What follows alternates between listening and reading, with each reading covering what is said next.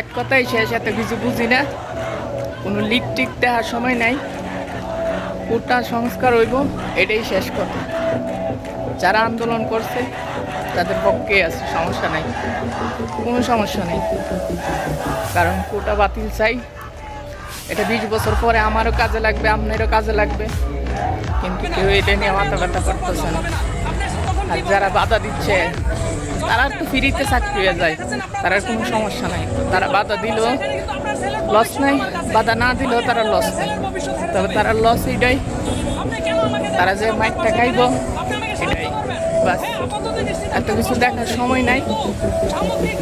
বাংলাদেশে কোটা থাকবে না, এটাই শেষ কথা। কোটা আবার কি রে, তাহলে সেটা প্রতিদিনে একটা ঝামেলা, একবারে শেষ কথা এটাই।